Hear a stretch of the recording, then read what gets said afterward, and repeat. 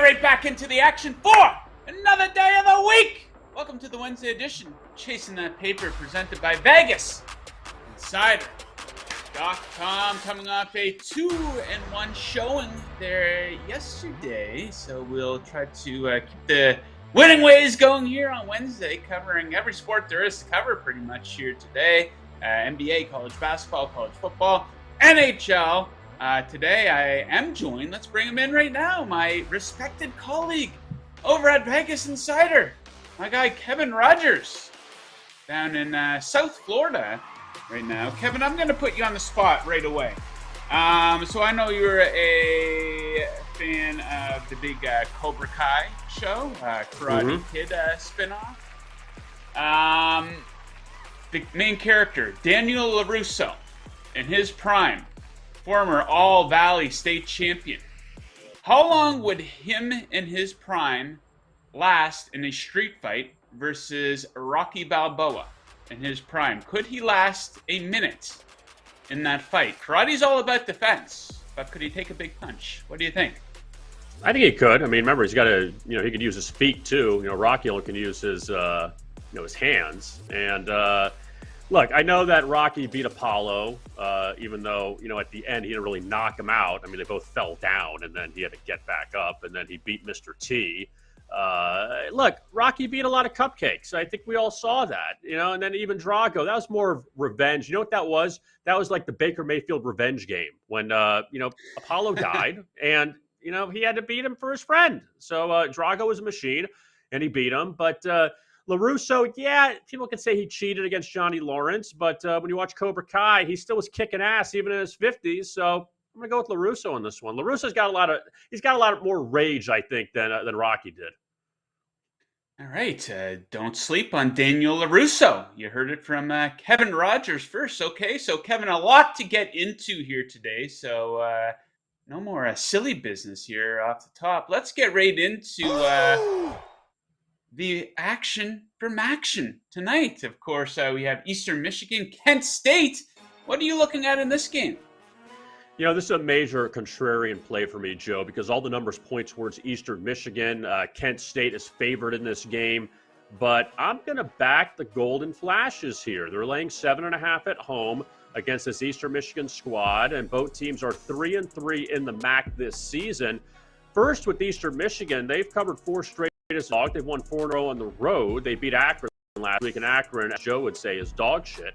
But when you look at Kent State, they're coming off a really good win over Bowling Green last week. Bowling Green beat Toledo last night as 15-point dogs. Toledo's going to be in the MAC championship probably, and Bowling Green beat them. And I get that Toledo had their quarterback out, but still, that was a really good win for them. And Kent State, again, a negative number, 0-4 against the spread as a favorite of 5 or more. So, again, bad numbers with Kent State, good numbers with Eastern Michigan, but Kent State and Eastern Michigan both at 3-3 in the conference, and Kent State's laying a little more than a touchdown. I think Kent State is definitely the play here. And you see Eastern Michigan, yards per play allowed, 72nd. That's not good. So people will look at Eastern Michigan and say, oh, they're a dog here. They've won so many road games. How do you not take them? Nope, going the other way. Let me get the Kent State Golden Flashes here, Joe, for Wednesday Maction. All right, we will be rooting for the Golden Flashes here this evening. Okay, let's whip right through the NBA here tonight, Kevin. I have 3 total picks. No player props yet. Nothing really stood out, but keep your eye on my Twitter for some potential plays later. Let's start off with a very sexy-looking game in beautiful Atlanta where the Boston Celtics are in town. And I'm going to take those Celtics to cover the minus 2.5 point spread over at BetMGM this morning. So big offensive advantage for the Celtics in this game, and this is why I like them the most. Take a look at effective field goal shooting percentage over the last 10 games. 3rd for the Celtics versus 24th for the Hawks. This is a matchup between teams who rank 3rd versus dead last in 3-pointers made per game over the last 10. Of course, favoring the Celtics. Also, 6th versus 28th in free throw attempt rate for Boston, which is convenient because the Hawks are allowing the most free throw attempts per game over the last 10 games. So I think the Celtics, who are red hot, by the way, 7 straight wins, I think their offense will carry them to a victory tonight in beautiful Atlanta. Next up, a game that's not as sexy, maybe flying under the radar a little bit here. We have the Indiana Pacers in Charlotte to take on the Hornets. I'm going to take a shot on the underdog. The Pacers coming in at +2.5 in this game. You take a look at the Hornets so far this season, not very impressive at all. They're actually in the conversation for the worst team in the NBA. The Rockets and Pistons might have something to say about that. But you look at Charlotte, 6 double-digit losses on the season already. Just 1-5 at home. I know LaMelo Ball, yes, he's back and working his way back into things here. But you take a look at the Pacers, just red hot. 7-0 against the spread in their last 7 games. Outright wins over good teams. Toronto, New Orleans, Miami, Brooklyn. In that span. Well, I don't know if Brooklyn's a good team, but they still beat them outright. And the Pacers better in many key stats. 9th versus dead last in effective field goal shooting percentage over the last 10. 7th versus dead last in points per 100 possessions over the last 10. So Pacers, once again, I think their offense will carry them to at least a cover. They might win that one outright. Okay, next up, my favorite total of the night. We got the Heat. We got the Raptors getting after it in Toronto. Total of this game, 215.5. Boom! Give me the over! All over this one. This year's versions of these teams, much different from what we saw last year because the defenses have been dog shit. Check out these numbers over the last 10 games. Opponent effective field goal shooting percentage, 30th versus 26th. Each allowing over 110 points per game. Miami's been flying over this number this season. They've gone over 215.5 in 11 of 14 games this season. 6 of their last 9 games have gotten to 225 points. And the Raptors have topped this number in 8 of their last 9 games. Some key strengths offensively, each in the top 13 in points per game over the last 10. Look for Miami to make it rain from 3. They're averaging the 7th most threes per game over at the last 10 games. Raptors averaging the 3rd most free throw attempts. Give me over it. Beautiful. Toronto. Okay, Kevin, sticking with basketball, but switching gears to the college version of the sport. The eyes of the world will be on this big Northern Kentucky-Cincinnati game, Kevin. A lot of people talking about this one. What are you betting on for this game? I do like Northern Kentucky, the Norse, N-O-R-S-E, the big Norse who came to Division I a few years ago, and they went to the NCAA tournament.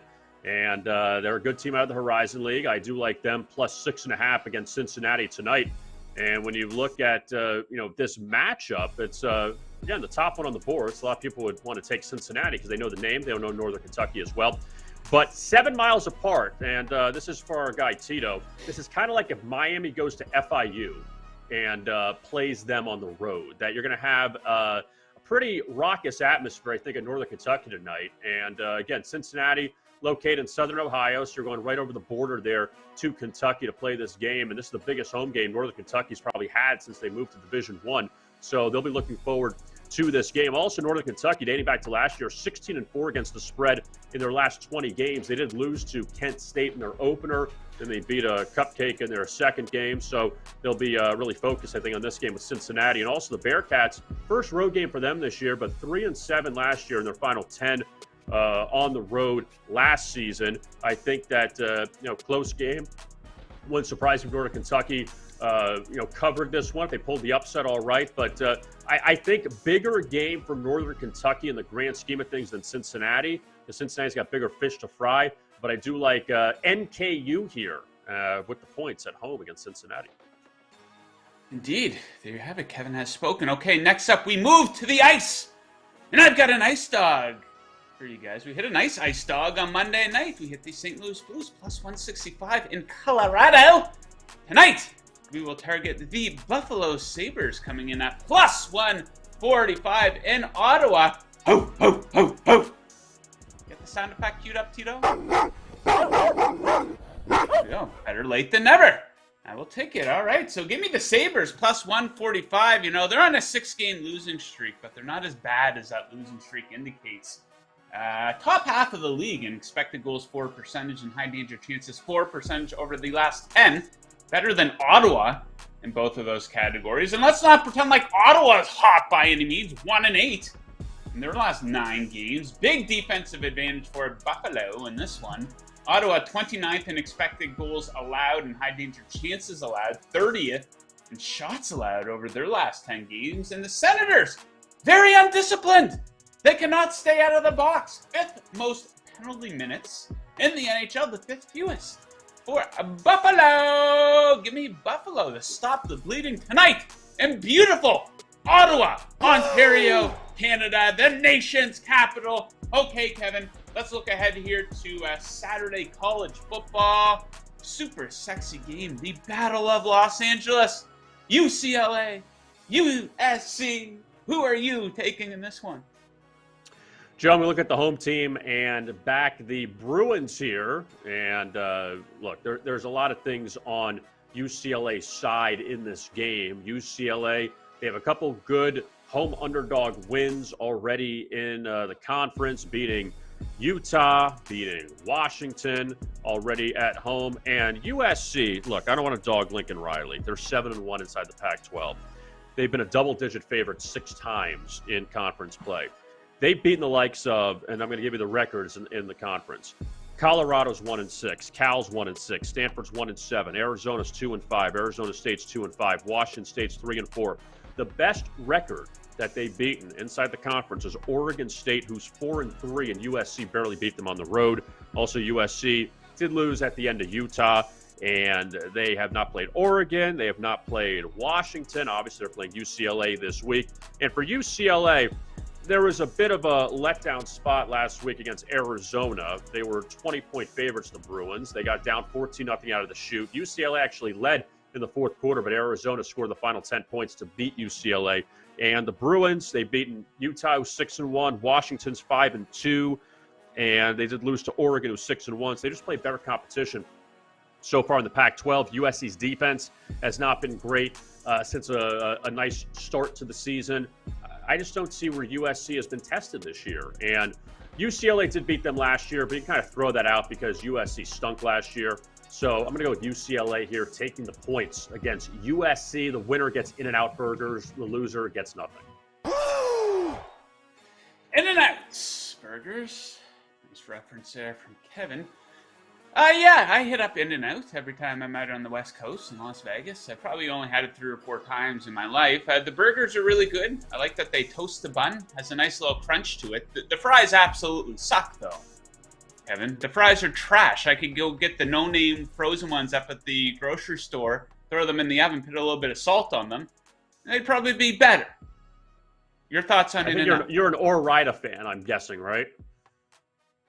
Who? Ore-Ida. Fries, the crinkled fries. I'm up in Canada, dude, so we don't have that brand. What, you don't have any American fries in Canada? Ore-Ida? I've never heard of Ore-Ida? That's a different name for a is that a brand or a different name? It's a brand. It actually is named after Oregon, Idaho, Ore-Ida. Yeah, we have PEI potato companies up here. So no, we don't get our potatoes from the USA. They won't transport them across the border. It's terrible. Apparently, but In-N-Out, yeah, I think it's properly rated. Some people think it's overrated. I think it's just fine, though. Guys, if you're watching on YouTube right now, do me a favor. Hit that like button right down there, and hit the subscribe button down there as well somewheres. We're getting pretty close to 11K subs here on the Vegas Insider YouTube channel, so we appreciate those clicks from you guys, and we appreciate you guys watching. 7 total bets today, Kevin. If you're looking to tail, if you're looking to fade for some reason, the choice quite simply is yours. I recommend placing your action over at BetMGM, the king of sportsbooks. Let me tell you a little bit about them. Kick off your day of sports betting with the king of sportsbooks. Sign up with BetMGM using bonus code VIBONUS, and your first wager is risk-free.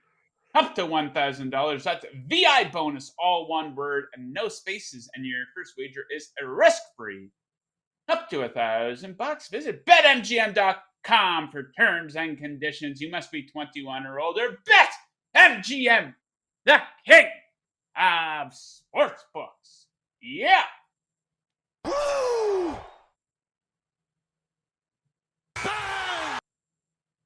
right, here we go, Kevin. So I'm a bit of a casual when it comes to college basketball. I'm fine to admit that. I usually get into it more after football season ends with the conference tournaments and, of course, March Madness.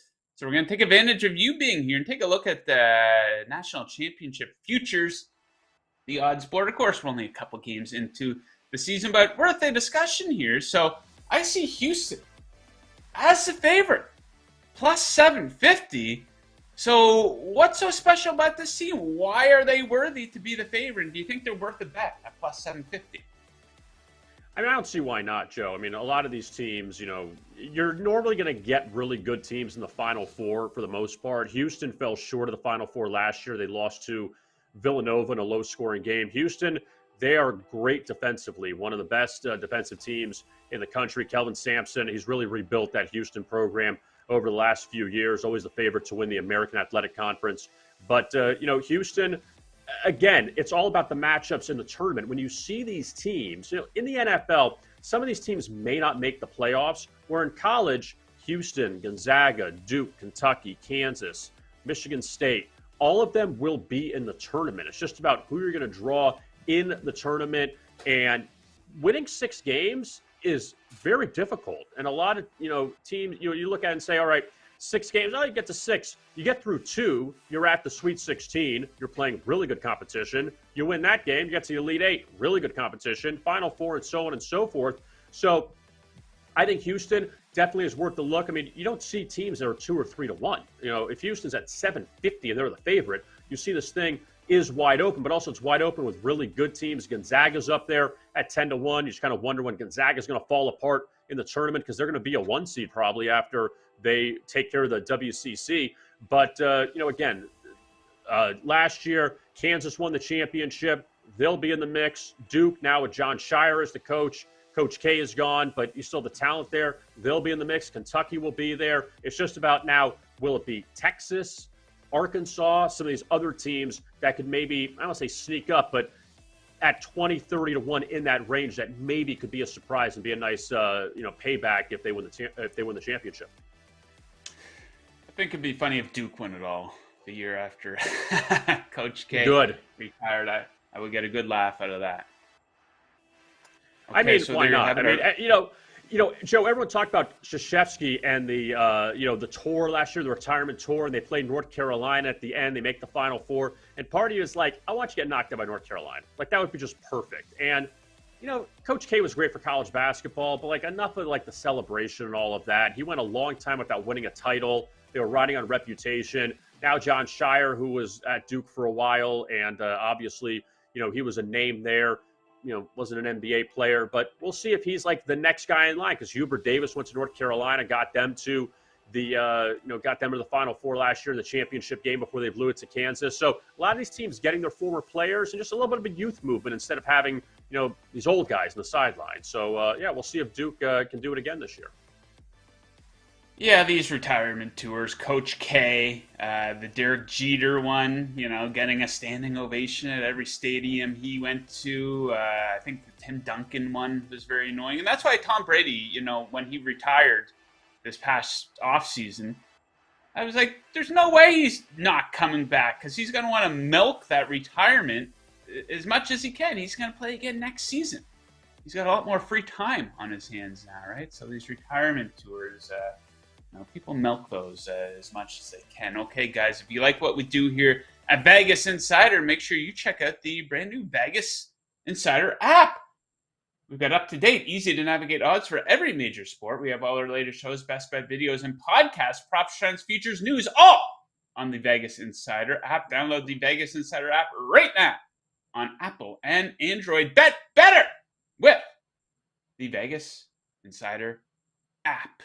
All right, let's move on to the viewer picks segment of the show. Picks from the CTP crew. I believe they gave us 1 or 2 winners yesterday. I know the guy hit on hockey, Nathan, but let's see what we got here, Tito. Let's rip through these. LaMelo Ball, over to 22.5. Hornets swept the Pacers in the regular season last year with LaMelo, averaging 28. This year, his field goal percentage is 10 points lower than his career average. Expected bounce back. Yeah, I don't know. The Pacers don't. I could see it happening. I don't think I'd put my own money on that. Still too early to tell with Ball. He'll get into form, though, I'm sure. Okay, what do we have next?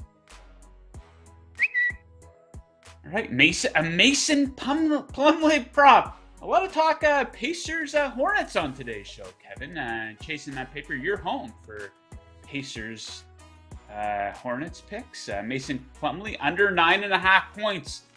I love these type of bets. Plumlee averaging 9 points per game and has only hit this number in 6 of 15 games this season. He's had 4+ fouls in 8 of 15, and he's played under 26 minutes in 7 of 15 games this season. Pacers are second overall in opponent shooting percentage at the rim. Yeah, the Hornets aren't running plays for Plumlee. If he gets the ball, it's going to be off an offensive rebound or, something unusual happens. They're not running sets for Plumlee. So, yeah, I like that look. We're fading Mason Plumlee tonight. All right, what do we have next, Tito? All right, a first quarter play. I haven't seen too many of these on the show yet this season, but our guy Sean Mitchelson has given us plenty of winners over the weeks. He likes the Nuggets minus a hook. Nuggets first quarter scoring, averaging 32.3 points at home with an 8-3 overall record. Knicks averaged 25.1, ranking 28th on the road, and 1-4-1 road record. And also coming off a back-to-back spot last night in Utah. Yeah, playing at elevation there for the Knicks. Yeah, so we wish Sean good luck with that one. We'll move on to another one. Schreckengast. This guy's killing it on the ice here this season. Make sure you follow him on Twitter there. He hit the over in the Sabres-Canucks game last night, and he's going to go for another over in another Sabres game. I like Buffalo in this one, as you know, on the money line. He likes the over 6.5 minus 130. Buffalo 7-2 to the over in the last 9, while allowing 4.8 goals in the last 6. Ottawa third in expected goals for last 10, 31st in high danger chances allowed. Yeah, like I said, they're getting killed defensively. Ottawa home games average 7.4 goals. Another good special teams matchup, power plays, each in the top 10. Penalty kills 20th and 29th. Yeah, and I will add that the goaltending situation for each of those teams is just absolutely brutal. So we will hope that the Sabres can win that one 5-3 so that we both win our bets. And we wrap things up here. Mark weighing in on some college basketball. Interesting game here tonight. A massive size advantage for Gonzaga. +1 tonight versus Texas. Number 40 versus number 274 in the Pomeroy rankings, it looks like. Should be able to force some turnovers, and he'd be looking at Timmy props too. Timmy props. Okay, yeah, take a look at that. Good luck to Mark with his bet tonight. And producer Tito throwing some shade at the conversation that we opened the program with today. He said, old guy movie combo in regards to our conversation about Rocky and Karate Kid. Well, first of all, Tito, Cobra Kai is a very relevant television program, one of the most popular shows on Netflix, and Rocky lives forever. They're coming out with he's one of the most legendary movie characters of all time, probably the most legendary sports movie character of all time, and that lives forever too. Creed 3 coming out next year. I will say it doesn't look that good, but Tito, I've never seen a single Rocky movie. That tells you all you need to know about producer Tito. Tito is a guy from Miami, by the way, and he didn't know who Razor Ramon was, Kevin. Legendary, fictional. He's got to brush up on his fictional characters in the world of combat sports here. R.I.P. to Scott Hall, randomly at the end of the show. Here, Kevin, what do you have coming up here at Vegas Insider? What can we look forward to from you? We have actually tonight, if you check it out, our Wednesday NBA plays. We'll have our video out in just a little bit. We'll have a side, a total, and a player prop, so you can check those out. Also, Utah, Oregon, we didn't talk about that. We have a a video for that you can find on our YouTube channel. Also, today we're going to put out TCU and Baylor as well. Big one inside the Big 12. We'll see if TCU keeps rolling. So got those. And yeah, we're wrapping up college football season. We have this week, the next week, and then get to the bowls. So it's gone fast, but it's still been a good season. Kevin, what's your favorite Rocky movie? I would say probably the third one because, yeah, Mickey died. Sorry for the spoiler alert. But, him and Mr. T, I thought Mr. T was very good. Hey, woman. Good in that. And just like him and Apollo, becoming friends. Because Rocky V was terrible. 4, it was a little street fight for me. What do you say? A good street fight in 5. It was a good street fight. I know at the end, and George Washington Duke, who was like Don King, touch me, I'll sue you for what? I mean, it was kind of dumb, that last one. But it was 3. I think 3 was my favorite. Which one was your favorite? I think I would have to agree on 3 because he lost. Then he came back and won at the end of the movie. So you saw him he faces adversity in every single movie. I didn't mind 4. It was a little cheesy, the training montage in the mountains of Russia. Drago roided out of his mind in that one. I didn't hate Rocky Balboa, the movie where he fought Antonio Tarver. I didn't hate that as much as a lot of people. You have to take them for what they are. It's a cheesy. He's gonna face some adversity. He's probably he didn't win at the end of that one. Spoiler alert. Sorry, producer Tito, who hasn't seen a single Rocky movie. Are you out of your mind? I thought the first 2 Creed movies were pretty good. I mean, they're ultra predictable. You got to know what you're getting into. I don't know if you've seen the trailer for the third one. It doesn't look good. And is Rocky might not even be in that movie, apparently, which totally, I wouldn't say it ruins it for me, but it takes away from it, for sure. Do you like the Creed movies? I liked the second one. I thought the first one was a little slow. I thought the first one was long. The second one I thought was better when you faced Drago's son. I thought it moved along a little better. So I would say 2 was better than 1, in my opinion. Yeah, good storyline. They should just have him fight Clubber Lang's son here just fight all the sons. Right. Tommy Morrison's son. What was Tommy? Yeah, Tommy Gunn. Bring his son in and Tommy bring them all in. His son, yeah. And you can find out that Apollo Creed had another illegitimate son who's also a boxer, and he can enter it, and then he can have his own spinoff, the second Creed. You can do 3 of those. There we go. Producer Tito on it today. Okay, guys, so that does it for the Wednesday edition of Chasing That Paper. Be right back here tomorrow to discuss some Thursday night football, NBA, and NHL as well. Good luck with your bets tonight, unless you are fading us. And as always, keep chasing that paper. What?